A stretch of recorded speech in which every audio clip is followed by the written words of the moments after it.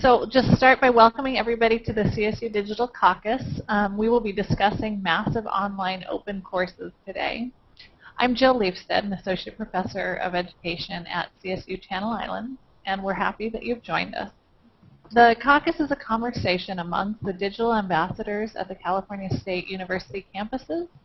We have been funded by Google to increase the innovative use of technology in teacher preparation. The caucus was developed as a means for faculty to gather and discuss topics that are important to the future of higher education and teacher prep. This is our first digital caucus using Google Hangouts on Air. The recorded session will be available to you on YouTube and through a link from the Google CSU Digital Caucus page after the session. Please use the comment section below the Hangout on Google to ask questions and give input. If you're watching the stream through YouTube, you are not able to leave questions. Please know that all portions of the Digital Caucus are public while we are going live. I'm going to turn it over to Penny Swanson from CSU Bakersfield to introduce what MOOCs are and to give us a brief overview before we begin our conversation. Great, thanks. I'm Penny Swanson, professor at Cal State Bakersfield in Advanced Educational Studies. And the MOOCs just sort of appeared rather quickly on the scene, at least to many of us. A MOOC is a massively open online course, thus M-O-O-C. It's a way to deliver content. I'd like to emphasize deliver content to large groups anywhere. Generally, they're free, at least for now, unless the participant wants a certificate of completion or something similar. Variations range from simply putting out lectures to some form of engagement. Those forms of engagement might be self-formed group discussion, quizzes, regional study groups, volunteers fielding questions, or setting up discussion groups, blogs, and tweets. With some, participants might select some level of engagement at their choice. They might make the effort to be involved in some online spaces, pay money for certification and scoring of material, or simply watching the show. Stanford, MIT, CCNY, UC Berkeley, University of Wisconsin-Madison, Mary Washington University, and more are offering MOOCs. These are courses, multiple sessions delivered online, often by recognized experts. They're not simply excellent lectures, such as offered on TED. The MOOCs phenomenon has been called a revolution by New York Times writer Thomas Friedman. Friedman suggests a generation that has grown up on these technologies is increasingly comfortable learning and interacting with professors through online platforms. Yet, is there meaningful engagement? Or is such engagement necessary for education to occur? Is it a revolution? Is it a new tool that will lift our profession? Is it a threat to real education? Let's talk. I'd like to introduce Mark O'Shea from CSU Monterey, a professor who has been through many of the innovations. Mark? Hey, thank you. And so I'm going to turn this whole question over to the group for discussion by simply asking the question, do you as professors see MOOCs as a threat or opportunity for your future in teaching? And then, secondly, do you view MOOCs as a threat or opportunity for your institution in achieving its mission going forward for the California State University system and beyond for broader interests of higher education?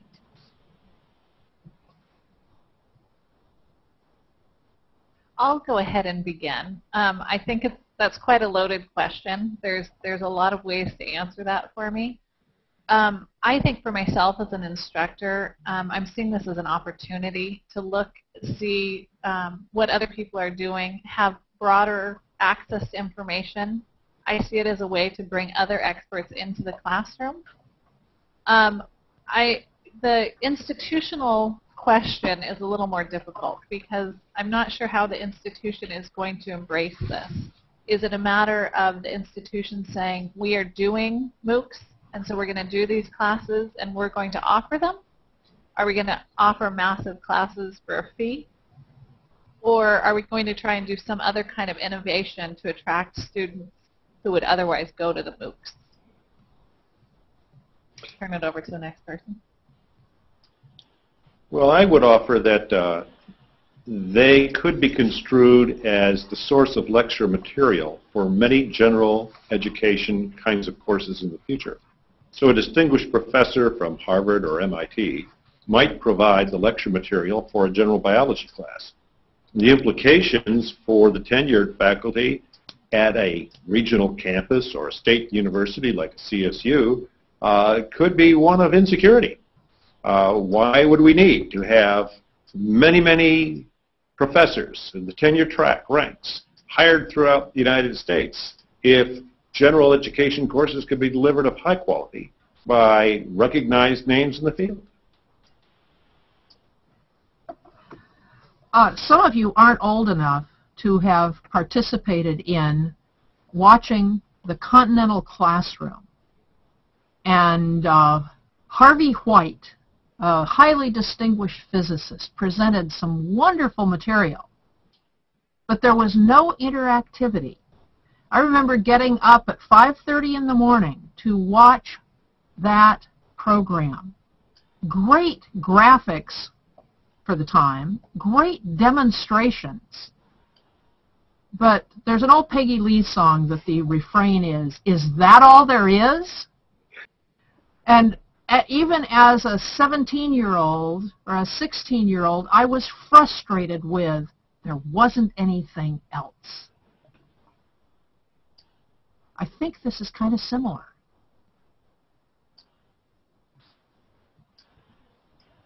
Well, yes, Matt. Yes. One of the things that I am actually excited about is the massive part of it in terms of the new solutions that people are coming up with in terms of how to get feedback to a large audience of people. That sort of tool can really help us out, because I mean, we spend a lot of time grading, giving feedback, learning from those people that are creating these massive courses, and how they're able to automate some of those processes can really help us at the regional school, where we can free up some of our time, even if our classes aren't quite, as massive, if they aren't 1,000 people. But if you've got 100 students, you can automate a lot more of those things and trying to use those tools that people are developing and those innovations, and then make our lives easier and better so that we can actually do a good job of interacting in person on the things that really do matter, where something we can deliver that people can't get from a massive course. So I'm excited about that. Jill. I think that idea that Matt just mentioned about what people can't get from a massive class is really important when we look at our students. And I think that this idea of open coursework, not necessarily the contained courses, the MOOCs, but just this idea of open material is really important for allowing professors to meet the individual needs of students. It's no longer difficult to give a lecture, record a lecture, even have the lecture transcribed, or to go out and find somebody else that's lectured on the same topic and have the students do a compare and contrast, post it to a blog, and link to other resources. These kinds of options with all this open material, I think, allows us to reach individual learners that have in the past had a really hard time accessing university-level coursework. Well, I see an interesting relationship between these MOOCs and conventional higher education delivery of courses at large campuses. When I was a student at a large state public university, there was a generally large lecture session, and then during the course of the week, a graduate assistant or teaching assistant would have a discussion session related to the large lecture, and we would have opportunities to pursue matters raised in the lecture in greater detail with the graduate student. Therefore, there is an opportunity for the individual student to have access to assistance and to ask questions and to be guided through applications related to the large format lecture. Would this be the future with MOOCs, that we might have a massively open online course delivered as weekly content and then discussion sessions that take place followed by individuals perhaps assigned to laboratory work or some other practical application? Yes, Penny. Would that be reducing our contribution, our value added, to what we were doing? I was one of those teaching assistants when my first PhD program was in history. And I was one of those people, taking students out of that 750 student class and trying to help them understand what had happened there. I think we have more value to add than the graduate students, yet we have to be very, very careful about thinking through of that role. How much of these excellent lectures add to what we can do, and what can we add? Our value added piece, what is it? Yes, Mira. All right, let me unmute my microphone. Can you hear me? We can indeed. Okay, great. So I'd like to share that I think our contribution is much more as guides to the students' learning than providers of information, right? Information is freely available online now. We don't need to provide the students with information. What we need is to guide them to, when they start going around in tangents and corners that were too far away, bring them back. Mm-hmm. I do think that lecture has very little value, honestly. I think that if the lecture can be done online, and great. And if it's a good speaker, good. We need to be there engaging the students, helping them find the answers to things. And that's why I really don't see any difference between a lecture of 100, 1,000, or 70,000. If it's passive learning, if it's someone giving just a lecture, I think they are all of them almost useless anyway. I would like to comment on that, because going back to the individual learners, right? I mean, I guess my question back to you, I agree wholeheartedly, but should we give the student an option, right? So should they have the choice of getting a degree from a CSU that is exclusively open and through these online classes? If they're a successful student. We know that the research shows that students who are successful in class are also the ones that are successful online, who are successful in the blended environment. So is that something that we feel could go forward, that that they could have a choice to do one or the other, or is there a selection process? Where do they fall into what we currently do, I guess? Vera, you have a response.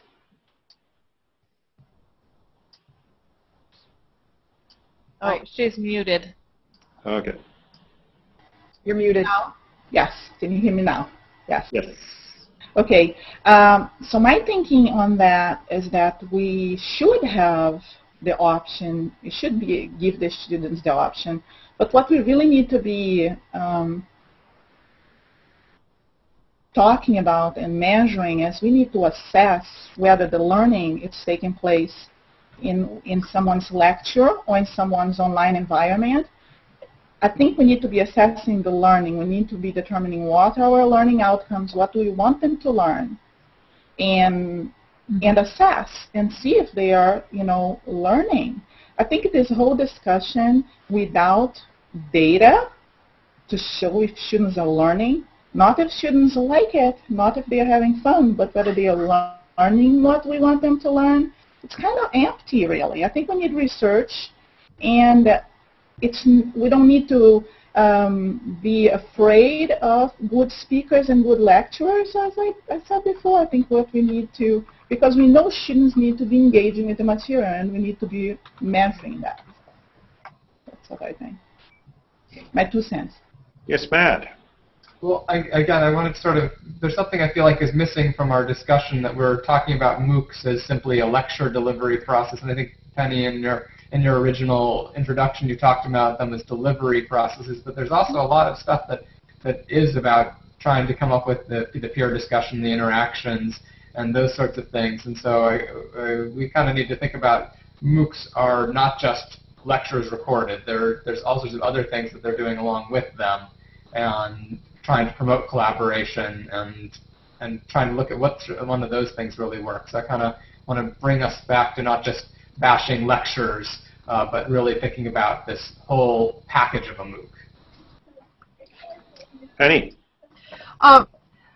There are a variety of ways that interaction can occur within that MOOC, and I listed a few of them, but most of them are, if they're not paid for, are informal groups. And I think back to Vera's point, we have to decide how assessment will be done. And that's really a tricky piece. Can we have a multiple choice test to say, okay, they've gotten it? Or is what we do something more than that? Performance-based, or there's such a wide range of ways of assessing.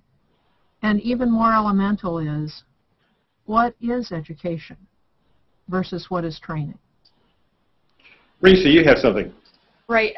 So I agree. I agree assessment is important, but I think right now where we're at, and I'm going to speak a little bit from experience, is just trying to find ways that you can incorporate this into your teaching. Mm-hmm. We all have strong beliefs on how we teach and how students learn, and so there should be a great variety, and whether somebody chooses to lecture or not should be okay, right? Or they should be allowed to do that. But what we really need to start doing is thinking about how we're going to encourage people, get involved with this. This isn't that hard. It's not that challenging to do. There are little ways that you can bring other people in, and they can recognize, oh, I could actually do this. I mean, I think that's where we're at before we even can assess anything, is we have to get people to embrace it and say, oh, this could actually work. It's not going to be glitchy. Because as a high school teacher, a former high school teacher, I used to do a lot of, Iowa had a distance education program where we could communicate across to schools in the state of Iowa. And it was always kind of like, how do we do this? What do we do with it? And people didn't feel like they could get involved because it wasn't handy for them. And with this, it's so convenient. And just posing ideas and inviting people in, I think, could be what really gets snowballs and makes this accessible to more people. And when that happens, we'll get more variety in the ways it's delivered. I don't know. Vera? I agree, but I think that at the same time that we are, playing with it and trying to learn what is it that we can do with it, we need to, as teachers, always be reminding ourselves and our colleagues of all the literature that there is about the importance of engagement. Because unfortunately, there are some online courses that do, cater to discussions and writing. I do online courses, but most of them, unfortunately, are very simple and linear and multiple choice and non-interaction between peers, and very little interaction between students and teachers. But people should be trying, but we really need to all the time be reminding our colleagues about the study on how people learn, so that those things are considered when playing, when when creating an environment. Yes, Jill. I just want to add a little bit more and remind us all, this is the beginning of this. This is brand new. And this is only going to get better, right? I mean, look at sitting here streaming live a discussion of people throughout the state of California. This wasn't available a couple months ago. These MOOCs are professors who went out and had an idea, and they're just putting it out there publicly. There's going to be somebody that comes along and improves the grading aspect. There's going to be someone who comes along and improves the interaction piece, who takes those learning theories and creates it online so that it can work. And what my biggest fear is that people don't take this opportunity to get involved, and that we need to be part of it and not stand by the sidelines and say, oh, you know, these other universities can do it, but we need to ask to be part to make it work for the population that we have within the CSU. Because all of the hurdles that we're talking about, oh, it's lecture only, or the grading can help, but it's also not exactly what we want. My belief is that those are all going to be overcome in the near future. I mean, change is just happening so rapidly. Vera, you have some additional to add. Yes, I agree 100% that we should be getting involved. I personally am getting involved, but I feel like, I don't know, we're all talking about the technology, and not talking at the same time about the pedagogy that goes with the technology. I'm all for the technology. I embrace the technology, but I think at the same discussion must be happening about learning, and I don't see it happening.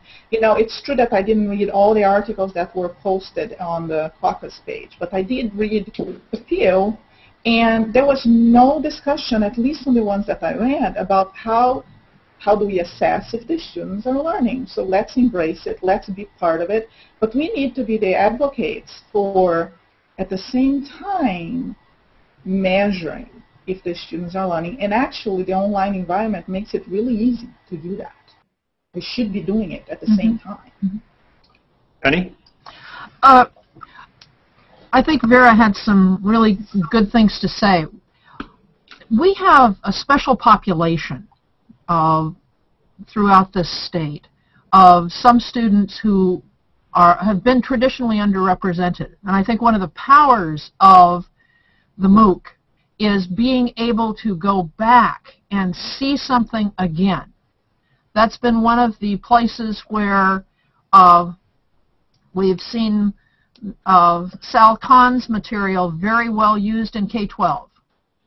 I need to see this again. My teacher helped me. I want to watch it again. Those kinds of things are really exciting to me, the possibilities of sharing and sharing again when it's convenient for that student. So that's exciting and not at all scary. I have Matt next. Sorry about that. I had myself mute.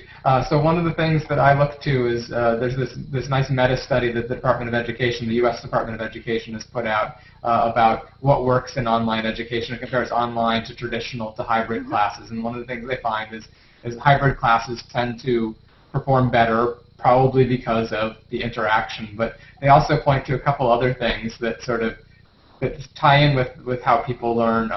One of the things is that online courses actually provide oftentimes enhanced opportunities for collaboration, something we don't do as much in our face-to-face classes. So that collaboration is actually enabled with the technology, as we evidence right here with our discussion. Feedback that's immediate and customized to the learner's performance. That's something that you can do sometimes better with technology, sometimes not. So sort of looking at those sorts of research and meta-studies about what works in online ed and why it works, and trying to capitalize on those things and fix the limitations of it. And MOOCs definitely have lots of those. Jill, you had something to add, I believe. Well, I must have lost it, but I do agree with Matt on the increased engagement in the online environment. And just looking at the manner in which we are able to interact and create that connection, that is, it feels quite personal. And I think that this can be applied in the online environment or outside of class time if students are consuming information and then getting together to discuss it. I'm not sure that there's a reason people have to sit in the same room to get that level of engagement and get the feeling that they really are getting to know one another. I could agree. Penny?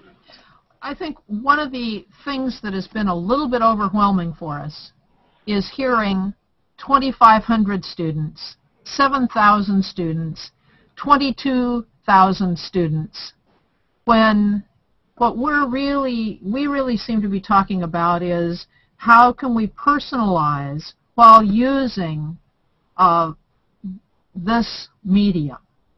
Because with our students, personalizing is extremely important. Well, I think this suggests that the most important consideration is who is the individual who is closest to the learner and the learner's need when we consider this kind of a learning resource, its availability and its utilization. And I see MOOCs as one of any of a variety of resources that I would bring in to the learning experience for my students. And I would be looking at a MOOC in terms of its ability to meet the outcomes that I have in mind for my students based on their needs, based on the goals and the objectives of the specific course experience for which I'm responsible. And so to that end, they're yet just another additional resource. But I can also envision the future of a private sector coming forward with direct delivery to students based on some sort of mediation. And it'll be interesting to see the forms which that mediation might take. We're closing in on just a couple of minutes left. And I'd like to see if any of you out there have some concluding comments or opinions that you'd like to offer before we end this discussion. I will go ahead and say something. I think this investigation into MOOCs and going forward and reading these articles has inspired me to have more conversations going on about the future of higher education and where we're going and where we're going to end up and what the students need. I think this is one piece of the puzzle. We could have gone in many different directions, but the MOOCs are in the press right now, and I think they're really pushing us to have that conversation about what it is we do in higher ed, what's the role of the faculty, how do the students participate and learn. So I look forward to continuing this conversation. Penny. Yeah, if you read the Thomas Friedman article, Come the Revolution, it sounds like the old Western movies. And the good guys, i.e. those sponsoring MOOCs, are going to ride in and save the day. MOOCs are potentially one part of a change in higher education that we're all part of, and they can be a very exciting and useful part. I appreciate the comments of my colleagues because we're doing something new, and this is exciting. And this, the Hangout Plus, is part of it. Certainly is. Our own MOOC on MOOCs. Yes, Risa. Well, I'm going to confess that I have a bit of apprehension. I mean, I'm very excited about the potential for MOOCs, but I guess I don't look at it as an all or none. I look at a lot of hybrid opportunities for bringing it into courses in more of a personal way and for the instructor to decide how best to do that.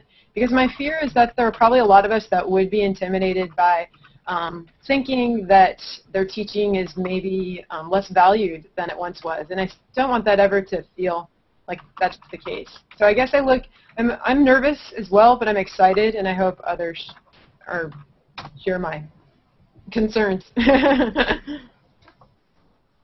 Well, very good. And unless there are no final closing comments, I'll just simply conclude by stating that it's been a delight to hear the contributions of each and every one of you.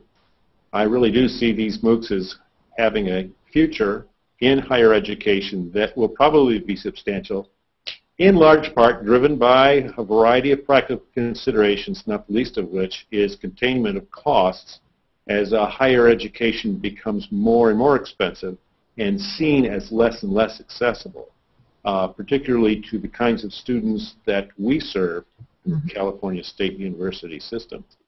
So thank you so much, and I appreciate everyone's involvement in this MOOC about MOOCs. Thank you. Bye-bye. Bye.